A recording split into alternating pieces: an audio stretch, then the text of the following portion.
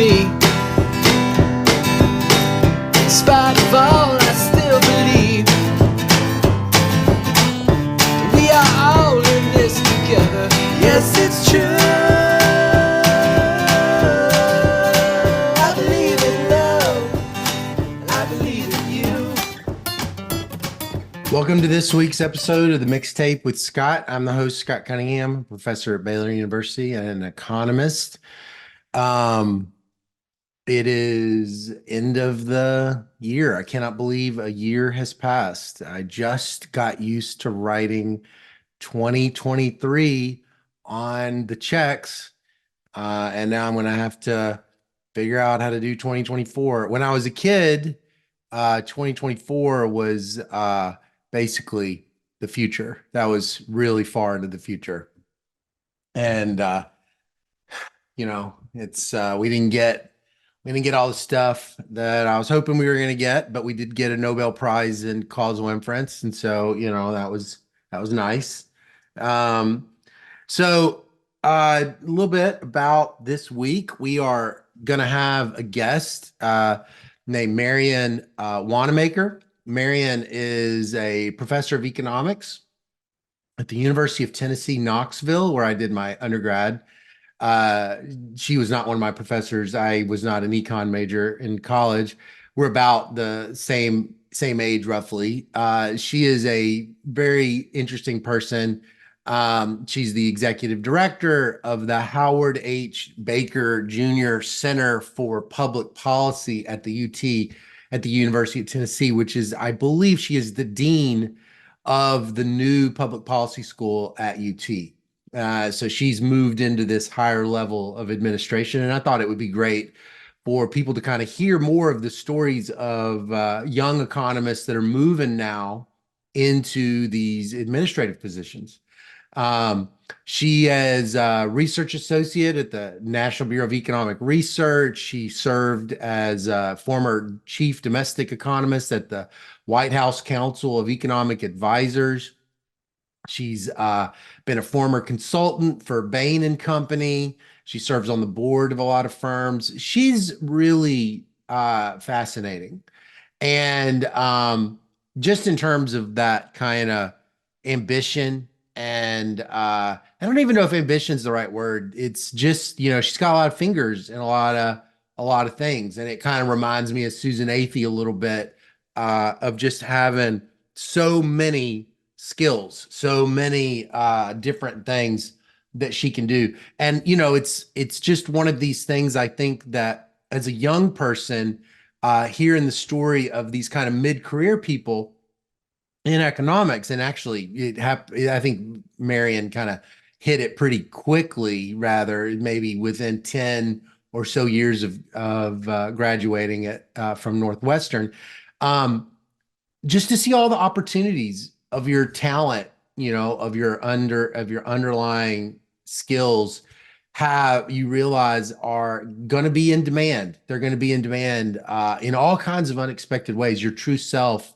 can kind of flourish in as you sort of progress, if you're open to those opportunities, and you're able to get into a place where you can get them. So Marianne is by training an economic historian, and a very good one, and she's going to talk to us a little bit about that journey.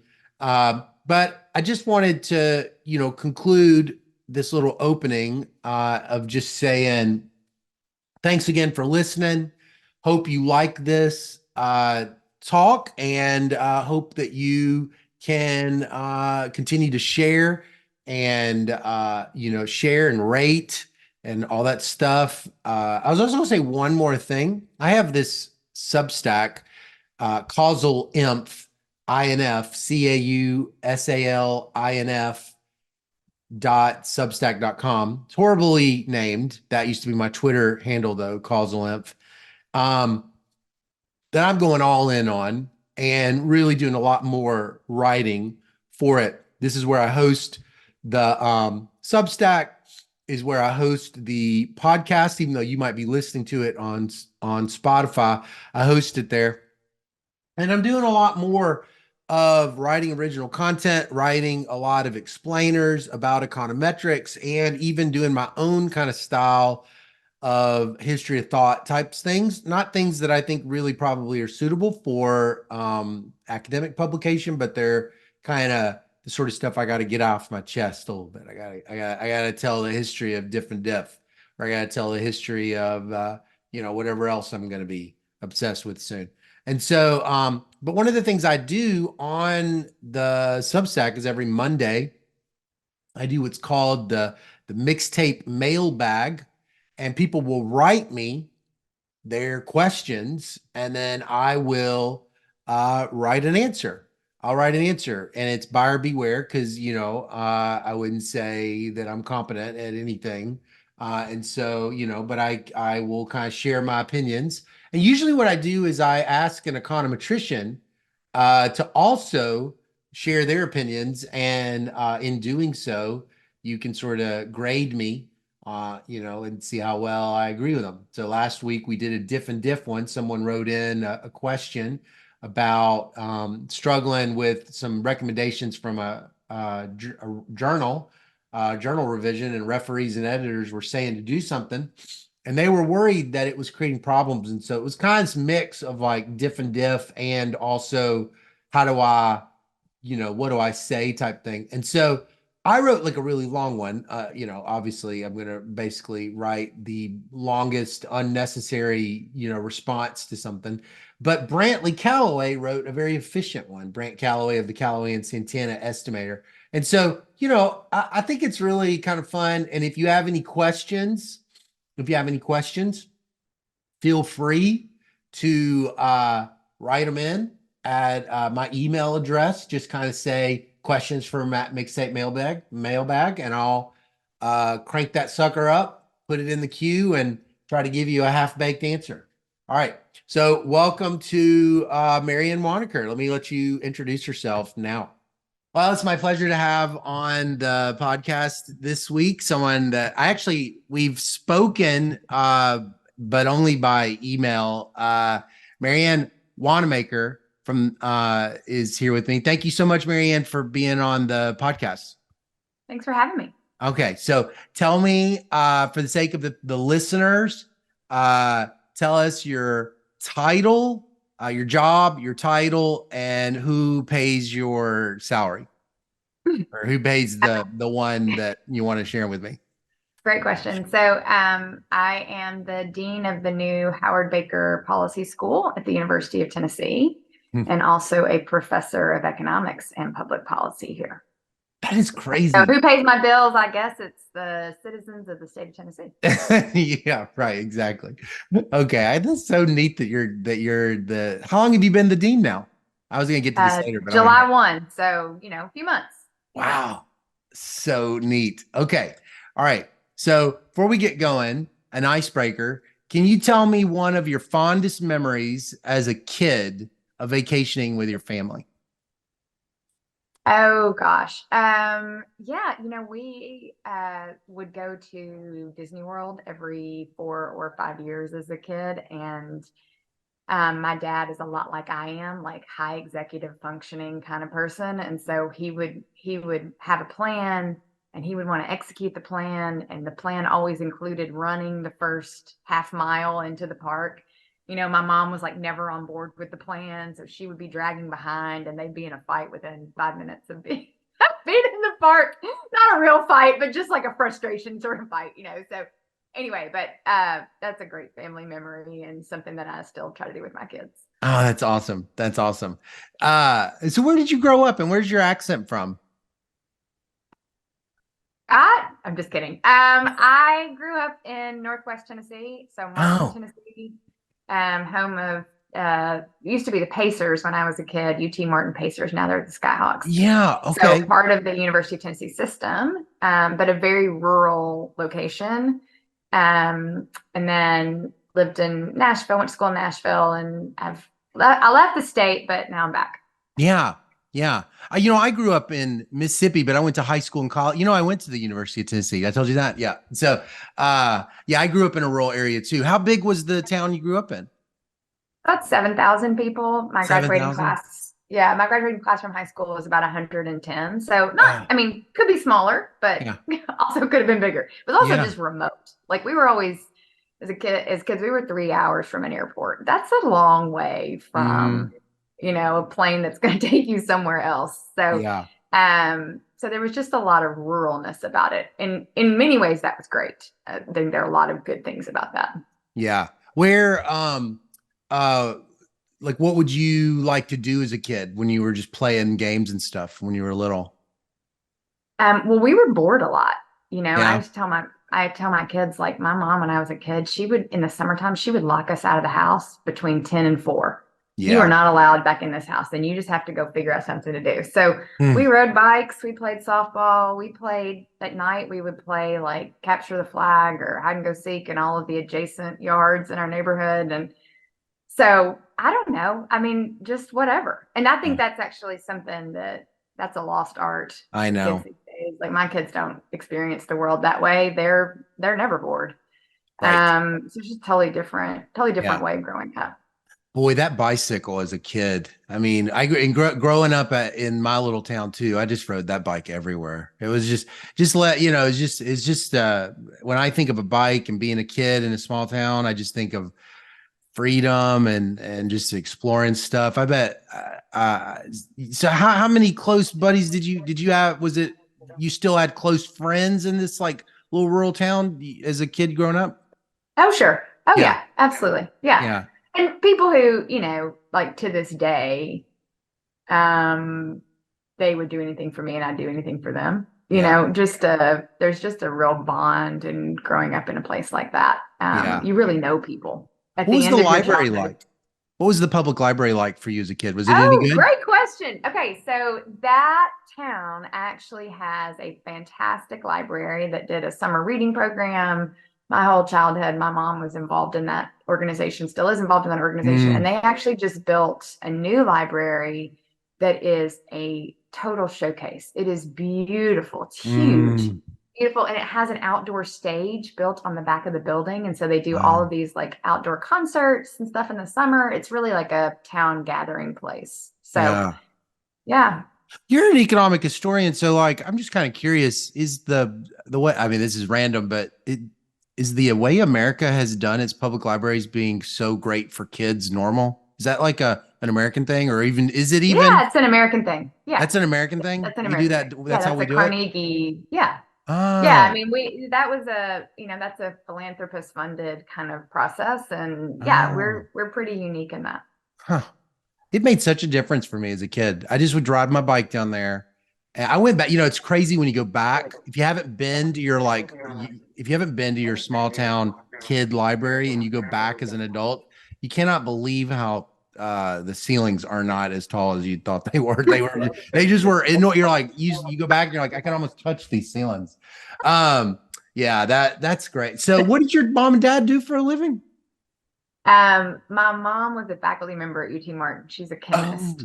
oh, she's a Um, chemist. Okay. she's a chemist, yeah. And my dad is a physician, and he actually went to medical school. They met when they were both in school in Memphis, and he went to medical school on a deal that he wouldn't have to pay his loans back if he went to a rural community. And Oh, he right. married a PhD chemist. So it's kind of a conundrum, like where could we live that you can work and I can have my loans forgiven? And so where I grew up was the answer to that question because Yeah. it did have a campus, it had a really great university, but also qualified as rural for the program that he was in. And so they're still there Boy, that could be 40 really something years hard. later.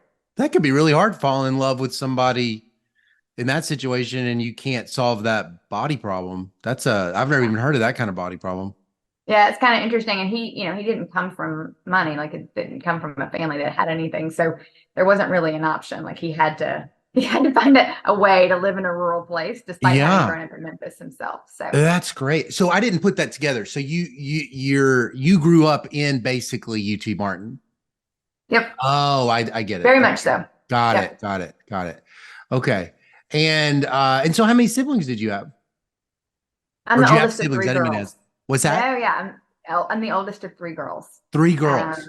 mhm, Okay. yeah, and I have two girls myself, so it's kind of a family of women. Yeah. Yeah.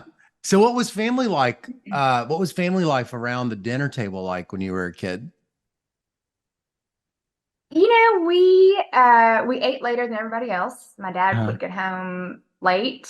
He would, in small town, you run your practice and then you round at the mm, hospital when you're done. So he would oh, leave the office at 5:30 and go to the hospital. And then he still had, an hour or 2 hours worth to do still. So I had friends whose family, that's a Southern thing, I think. You probably know mhm. this, like friends whose families ate dinner at 4:30. Yeah, Right. right. I think it was like a farming culture sort of thing. And we ate dinner at like 8:30. Like it was like a different planet. So anyway, but good. And my parents they didn't have a ton of hobbies that weren't us, so Yeah. they were always there. Mm, And so there was a lot of family time. Again, it's just a slower pace of life when you're mm. not in a bigger city. Yeah, sure, sure. Uh, so you go into high school and I mean, what kind of student would your students have said, Marianne's this kind of student? Like if they saw you, if I could talk to them now, what do you think they would have sort of neutrally said if they don't know what happened to you later? Oh, like many economists, I think I was a very good student and a total perfectionist. Uh-huh. Um, and loved math Yeah. always. That was always my subject matter. I didn't really, Mm, like, I could muddle through the sort of English language arts side of the house, but always really thrived in math. mm, So and by virtue of being in a town that had a university in it, the great faculty in the high school, many of them were married to UT Martin professors. They ended up in this oh, smaller town, and it was like they were very well trained oh to do yeah, what they were sure. doing, right? Mm-hmm. So we actually got I got a really good education, despite being kind of in the middle of nowhere. Oh wow. Yeah, yeah, yeah. Right. Right. I'm now kind of piecing together Martin a little bit. That's small, rural, and it's got all these faculty. So you've kind of got this really interesting, like lots of interesting selection, I guess, within the school system. Yeah, the only other place I've ever seen that's kind of like that, we were a few years ago, we went to the ski resort in West Virginia, and on your way to the ski resort, you pass this like Robert Bird like telescope thing, Uh, and it's kind of an outpost of PhD scientists who work on the telescope, and the folks who live in that town we stopped for gas or something. The folks who lived in that town told us that they had fantastic public schools because the spouses of the people who worked on the telescope were the teachers in the public school, and so they mm, had this really educated faculty. And that actually made me think about that topic a lot, right? mm, Like these interesting places where people move from other places with at least one of those two people has a PhD in hand, and then the other yeah. one is fitting into the local economy, and that can produce some really interesting positive effects. Yeah, sure. Um, Did it create a lot of um inequality that you thought was like that the university's presence there with bringing in so many high skilled people into the community? I'm just thinking about the town I would have grown up in, that I grew up in Mississippi. There wasn't that. And so I'm just kind of wondering what that would have been like. Was there ever anything like that you would have noticed as a I kid? You wouldn't. don't. I don't. Even in retrospect, like I don't think that dynamic really played out. What did play out though was like just some very very different perspectives on the world, right? Mm. So like as a kid, I knew I knew Palestinians, I knew Oh, Israelis, I knew like because yeah. they had been drawn to the town Right. because of the university, and you wouldn't. And again, not a huge share of the population, Yeah. but they exist, Yeah. right? And you have access to them, and you hear their stories, and it Mm. frames the way you think about the world in a really positive way. It was a Oh, little bit of yeah. an eye opener, Far less on certain homogenous topics. than a typical rural town like that I grew up Right, in. That's right. fascinating. So when you get to the end of high school, when you sort of are thinking to yourself, what do you want to be when you grow up? what are the kinds of pictures and ideas that you have in your head? I had no picture. So, I didn't have enough sophistication to understand that, like, despite having a parent in higher ed, I didn't really have enough sophistication to understand the broad range of topics and disciplines that one would encounter in college, right? I just kind of left high school thinking, like, I really like math. I'm going to major in math. And that's what I did. I showed up in college and I was like, I'm a math major because that's what I'm good at. Right. And it took some prodding from my advisor, who was an economist. And he said, if you like math, like, you really ought to at least try taking an econ class. And I did that my sophomore year. I resisted my whole freshman year. And finally, my sophomore year, I was like, okay, well, I'll take an econ class. And then You're a math major at I was a Vanderbilt. You math go to major. Vanderbilt and you're like, I love math. This is what I Yep. love. I want to be a math major. And so someone is an advisor. Who's your advisor? So Jeremy Atack, who's a famous economic historian, is randomly assigned to me as my advisor. Oh, Which is like, I mean, you want to talk about fate. Like, so he worked on me. He was like, just take one econ class and see how it goes. So when I finally did that, I just fell in love. what did he think he saw? Did he see something in you or something? I think he just saw somebody who loved, I think he saw somebody who was obviously kind of math oriented, analytically oriented. Yeah. But who really enjoyed being in his office, talking to him about what he did. And so he just kept saying, like, I think you just need to try this. And he was totally right. And I didn't abandon math. I kept it, but I added an econ major into that. And that's really where that really made my heart sing, right? Like, just the combination of, like, human stories and this kind of, like, analytical, technical way of thinking was where I needed to be. Wait, so it was history? It was economic history that made your heart sing? I didn't start there. I started in, like, general econ, right? Yeah. So he just kept working on me. Then he kept saying, like, well, why don't you take an economic history class and see what you think? So I took an economic history class and I was like, okay, I actually do kind of like this. And then I didn't, when I graduated, I wasn't going to grad school. So I left undergrad and I got a job in the real world. Thought that's what I needed to do. Got out there and thought, I don't know about this. So I ended up back in grad school. He was not at all surprised, and Jeremy continued to kind of help me find my footing, put in a good word for me in graduate schools. And so anyway, eventually he eventually got an economic historian out of this process, but it wasn't without its detours. And he had to work pretty hard at it. Yeah. Yeah. So it was, when you said it was the human stories of economics, but it was the more general economics at the beginning. That's interesting. I think, what was the human stories that you remember kind of being, like, captivated by at the very beginning? Yeah. Well, I don't know that I can tell you. I don't know that I remember kind of what happened sophomore year, but I can definitely say, the economic history class that we were in, we had to write about a technology and kind of how it evolved and changed human behavior. And I remember writing about amniocentesis was the technology that I had. And I had to kind of tell this narrative about, like, its adoption process and the way that it changed people's lives, which amniocentesis really changed people's lives, right? Brought a whole new set of kind of moral issues and ethical questions to childbirth and pregnancy. So, and then in my senior year, we had to I took, like, a senior thesis writing class, and we had to write a paper on an economic topic of our choosing. And I wrote about economic stagnation in Japan. Oh. And it's funny in retrospect, because clearly I'm not a macroeconomist, but at the time I thought I might be. And so I wrote this paper about, like, what was going on with their central bank and how it was playing out in the economy and all this sort of stuff. And it was just, like, the most fun I'd ever had. I just loved thinking about that, writing about it, and how it was impacting people's behavior. How does deflation change people's attitudes and the way that they operate?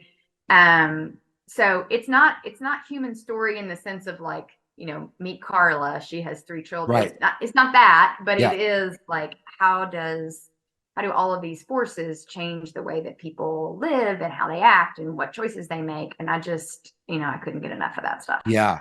Yeah. So that's amazing. So so you end up at Northwestern, and most people that go to good schools, or basically everywhere, they say, I go to this school that was the best school I got into. But I was curious, like, when you are going to Northwestern, what do you even know about the school before you get there, besides it being like a great school?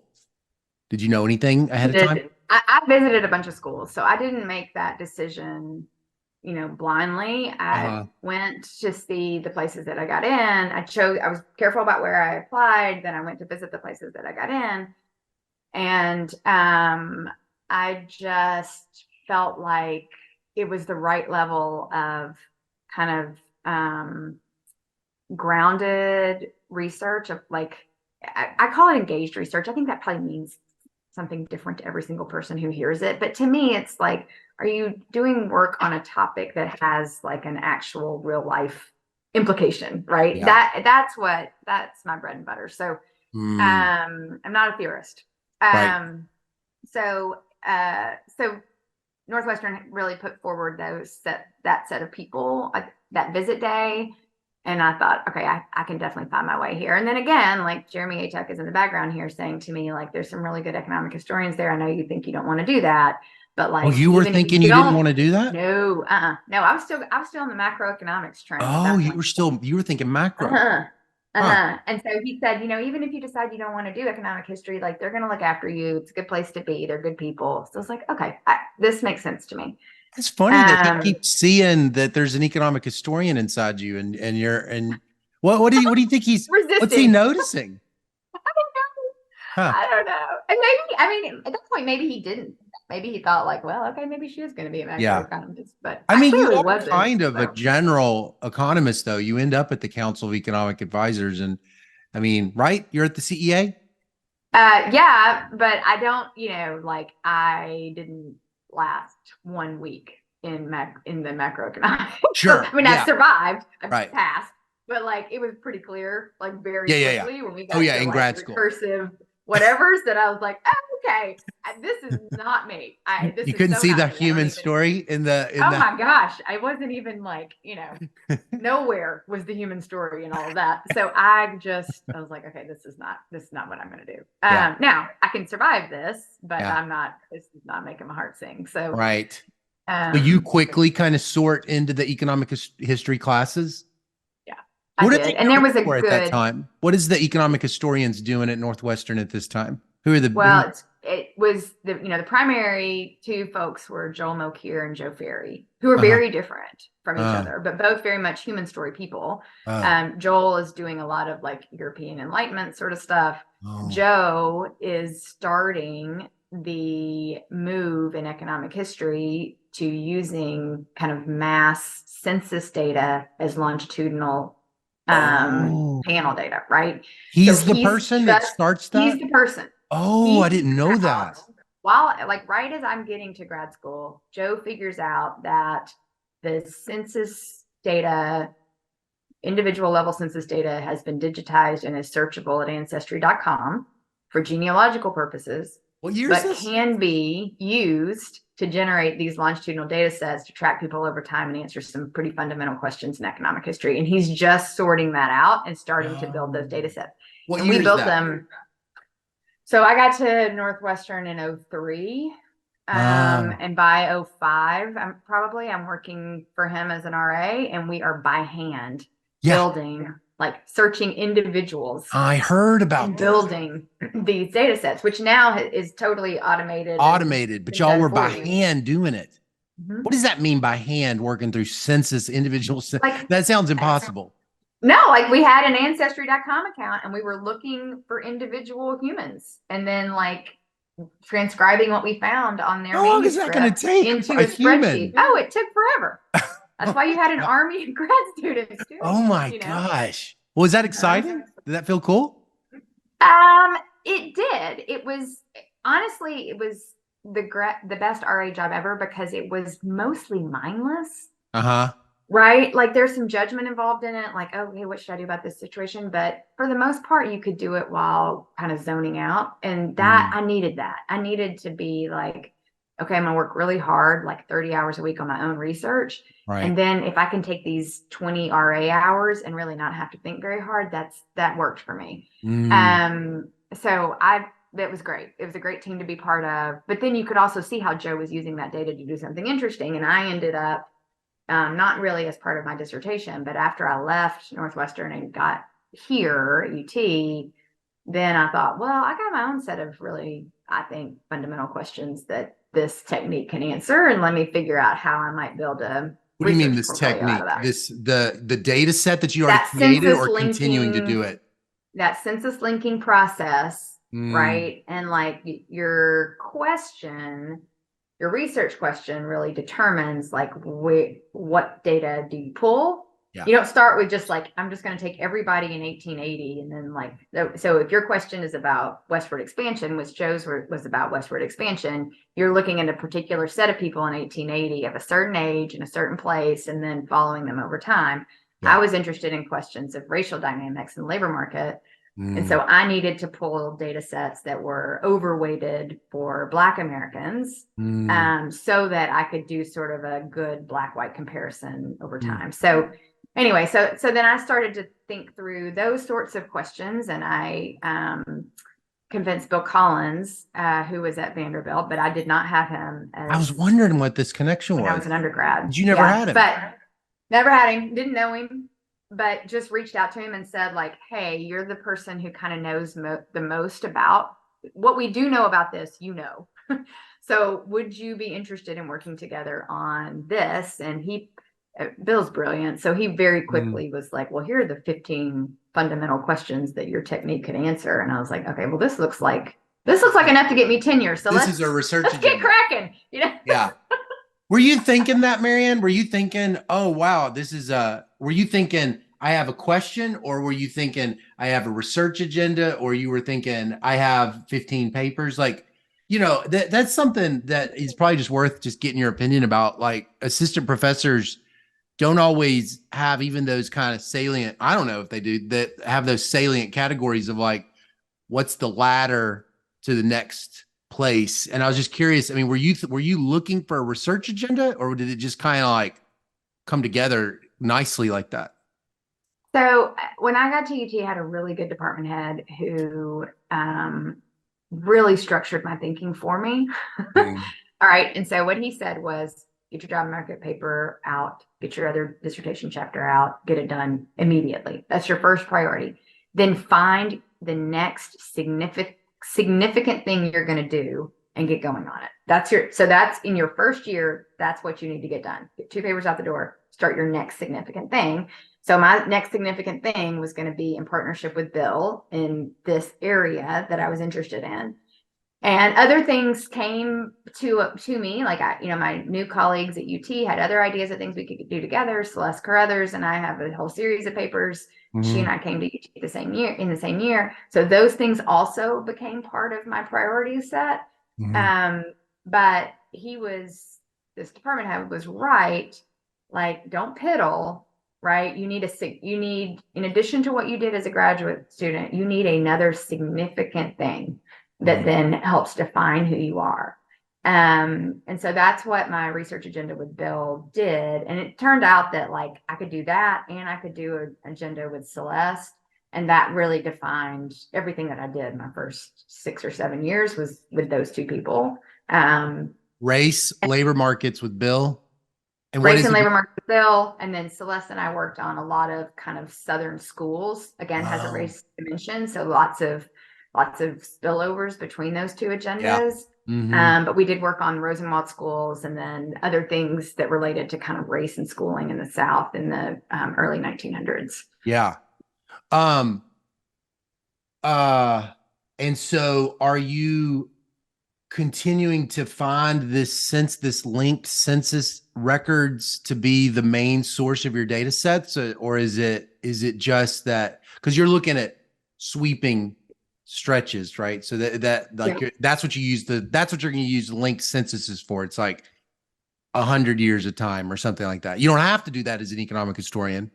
I'm just kind of thinking out loud. Is that right? Yeah, Like you could just that's say, right. I mean, I'm only going to focus on this one thing at this time, but you're looking at changes, long stretches. Yeah, I mean, Bill and I, our final paper in our series is about kind of the evolution of Black-white income dynamics from 1880 all the way through the 1970s, 1980s, even early 1990s. Yeah. And we can't use census data for all of that because you lose access to the public census data in 1940, 1950 now, I guess.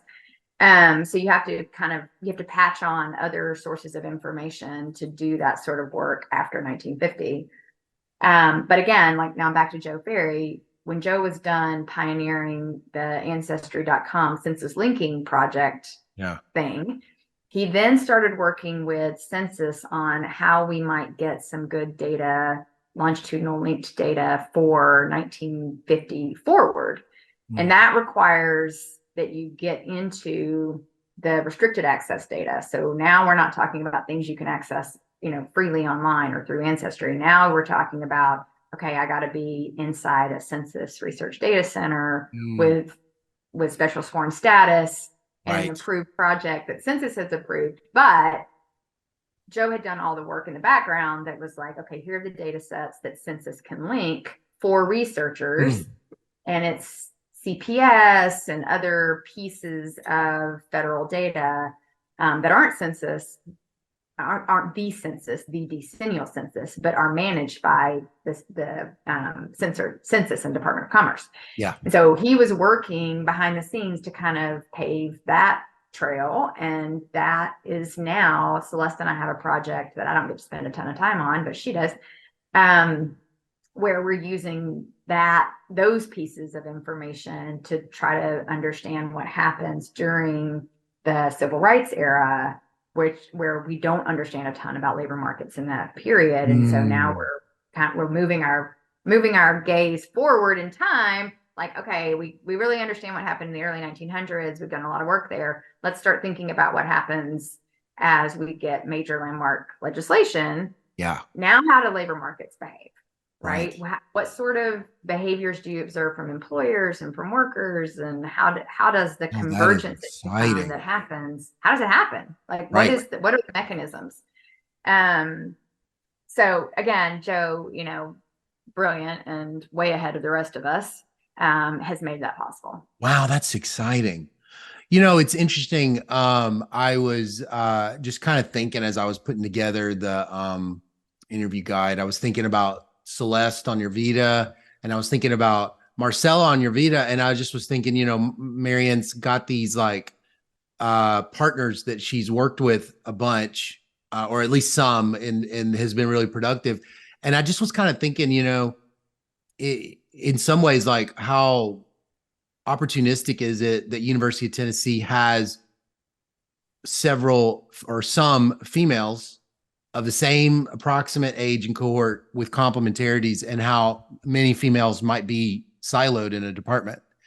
And I just was kind of curious, to what degree do you think, it's so hard to ever, because you're like Celeste and you obviously have all this like personal chemistry and productivity, but I just was kind of wondering about the scarcity of women within the profession. And, just what do you think, kind of stepping back, how do you think it's had impact on a person like you and your productivity? Because in some ways you've kind of had a really nice draw. That's fair to say, I think, right? Yeah, it's interesting. Or it could have been better, I'm sure, but it seems like it was not as I don't want to prime it. Unfortunately, I feel like I'm priming the question, but. Well, you are kind of priming it, but that's okay. So so here's what, it's interesting because I hadn't really thought about it this way. What I've always said is like, as all of this sort of Me Too stuff came out and we've had these reckonings within our profession about women and economics, I have always said, like, I 100% believe the stories of women who have had these horrible experiences. I have not had that experience. I had some rough spots in grad school, let's just be honest, but since I arrived at the University of Tennessee, none of that has been my experience. In fact, it's been the opposite. I think in some ways, leadership here said, okay, we finally caught a female economist. We can't lose her. Right. Right. So like it really in many ways worked to my advantage because it was like, okay, well, this is what I need to be successful. And you kind of can't tell me no. So then they would kind of give me what I wanted. So I didn't ask for anything extreme, but my experience was not one of like, oh gosh, I feel like I'm at a disadvantage. I felt like I was at a disadvantage. Yeah. I hadn't thought about until you just asked that question, like how much of that depended on Celeste and I being together. Yeah. I mean, certainly like I would not have been nearly as productive had she not been there. Is it because she's female? I don't know the answer to that. I know. I will say though, Scott, that you probably don't know this, but the University of Tennessee had a female full professor promotion in the 1970s, early 1970s, and did not have another female full professor in the economics department until Celeste Carruthers and Marianne Wanamaker were promoted about a year and a half ago. Wow. So there was a 49-year drought. That woman's still around? Is she passed away? Sorry, say that again. No, Anne Mayhew. Some of your listeners may know her. Anne Mayhew was the 1970s female full professor. She's an economic historian.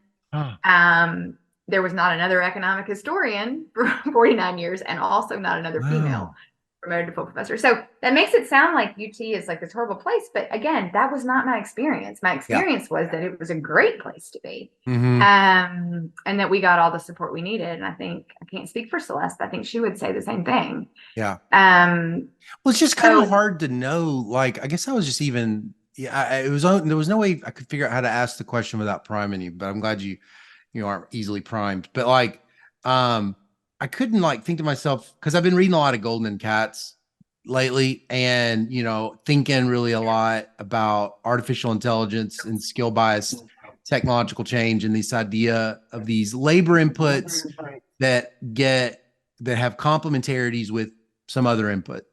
And I just was kind of thinking as I was prepping, I just was wondering, well, it does seem like Celeste and you are complements to each other's production function, if only because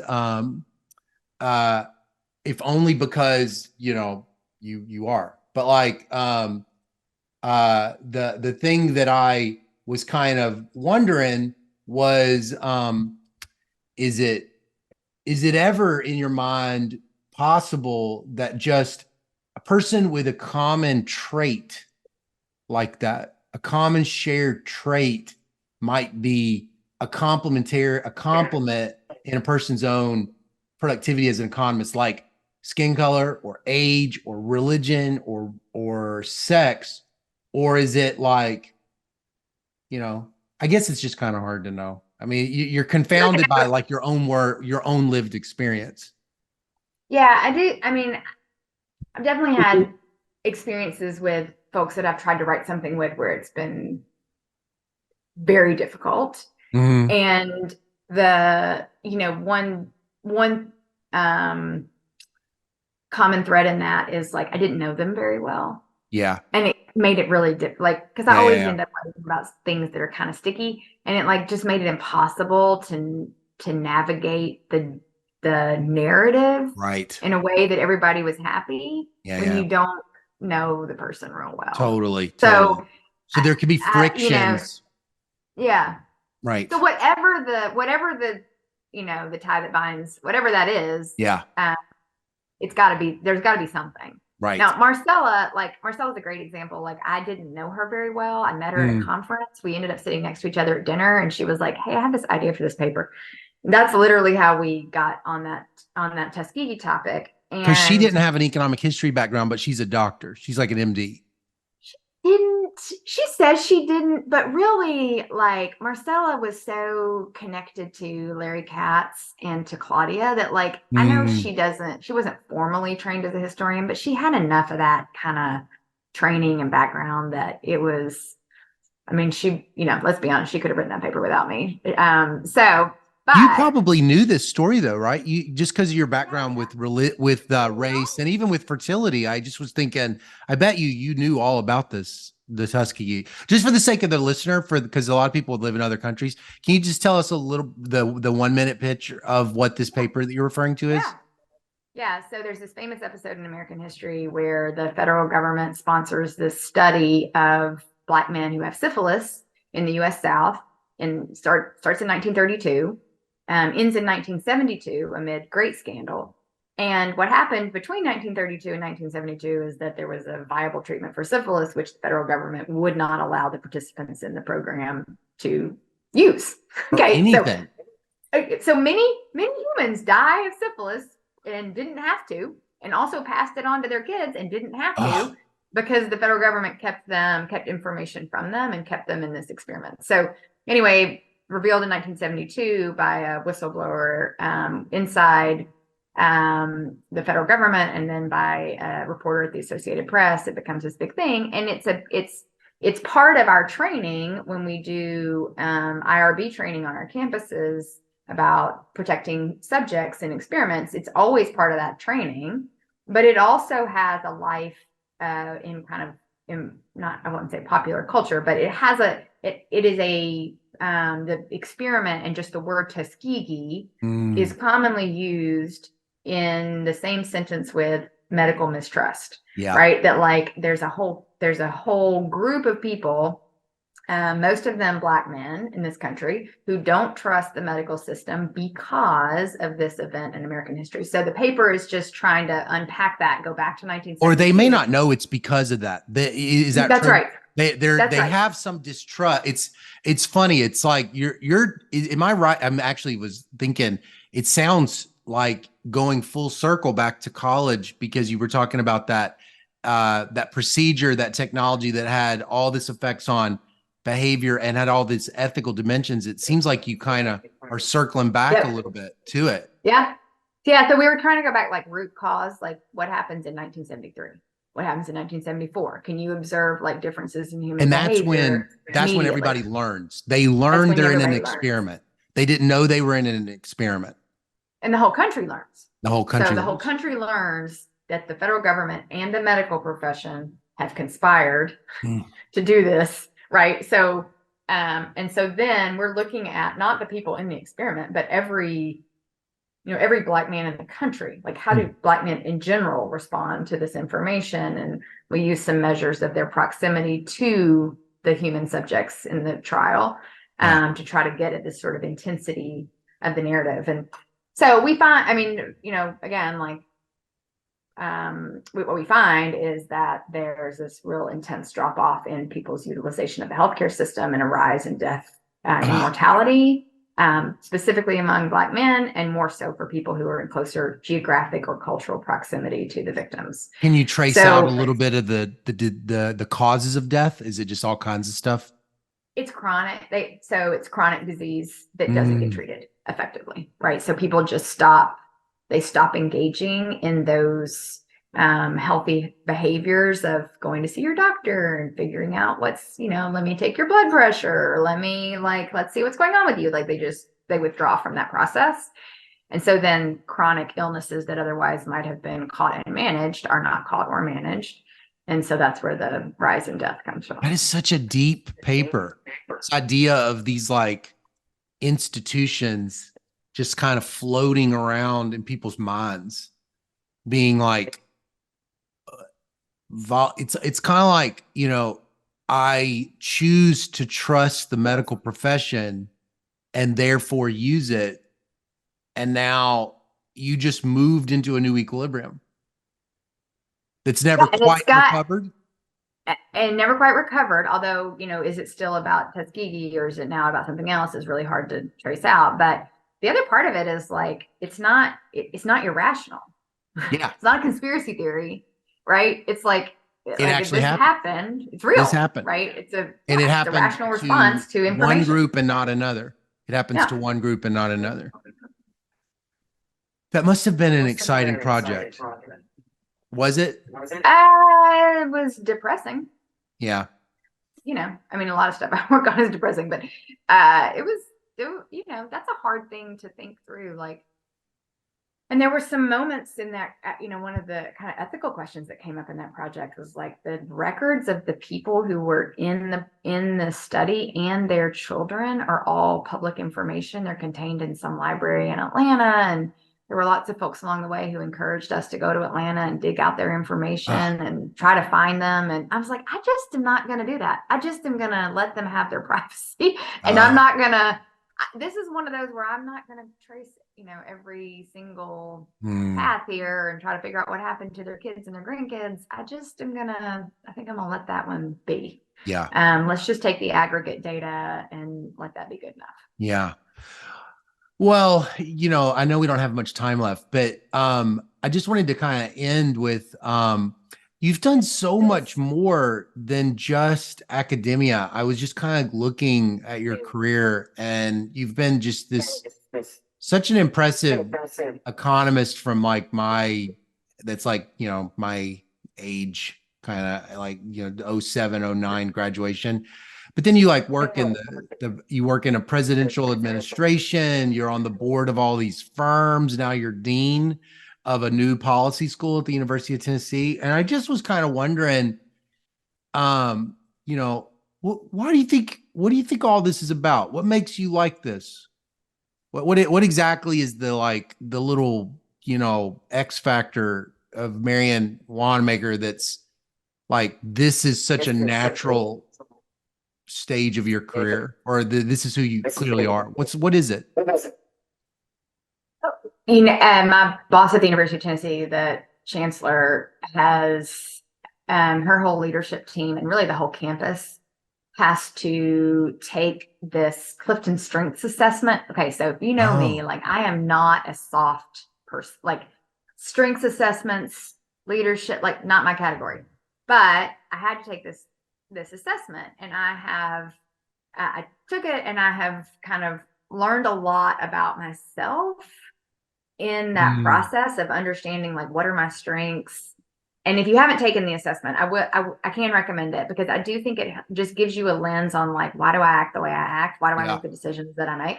Right. So your question is like, why have you made a set of decisions that takes you out of being just an economist, which is a job that I love and could totally do that all day long and be happy, and added these other things? Like, why did you need to go to DC for a year? Why do you serve on these boards? Why are you willing to kind of spend your time uncompensated on this other stuff? And so what I've learned is that the thing that drives my behavior is significance. So if you walk in my office and say like, I want you to be part of this, it's going to be really significant. We're going to make a difference. This is going to change, not change the world, but like, this is going to matter for people. I will do it. Right. Uncompensated, middle of the night, I'm going to need you every weekend. I mean, I will do it. If it's like, I want you to do this leadership program that's going to be meaningful for you, no way. I am not doing that. But if you tell me it's something that's like significant to other people, like that it makes other people better, happier, more successful, I'm in. So the thinking about being a dean of a new policy school, right? Like the whole point of this thing is that we need good people in public service. We need well-trained people in public service. Our public problems are really big. They need people who know what they're doing to work on them. And UT didn't have a program or a set of programs that was producing that outcome. And so the chancellor said, basically, like, I need somebody to build a school for public service. Would you do that? Well, that's about as significant a thing as you could offer me. I can't think of something more significant than that. Other than, would you like to work in the White House? That was significant. And I was happy to do that for the same reason. So and I'm willing to do pretty much anything to make this thing successful. It's a Clifton assessment. Clifton Strengths. Look, I feel like I'm like a commercial, but it really did help me. Okay, I'm going to go check it out. It frames everything as a strength. They're not all strengths. Like I need some things that explain why I do the things I do as strengths. That's what I need to go find that right now. It reframes it. Like one of my top 5 is command, which basically means I'm bossy. Right. And so, but the way command's a better word though. The way the information is presented to you, you're like, okay, well, that could be useful in certain contexts. Let's also think about what are the downsides of this strength of mine. That's awesome. Marianne, it is so good I hope we can, hope our paths cross and we can have more conversations that about your career and about all of your thoughts about life. I know you got to go. It's been an hour, but I just wanted to say thank you so much for giving me an hour to talk and learn a little bit about you. I really Anytime, Scott. It was okay. fun. All right. Bye. Fun. All right. Talk soon. Gotta see us through. Honey, you need me. Baby,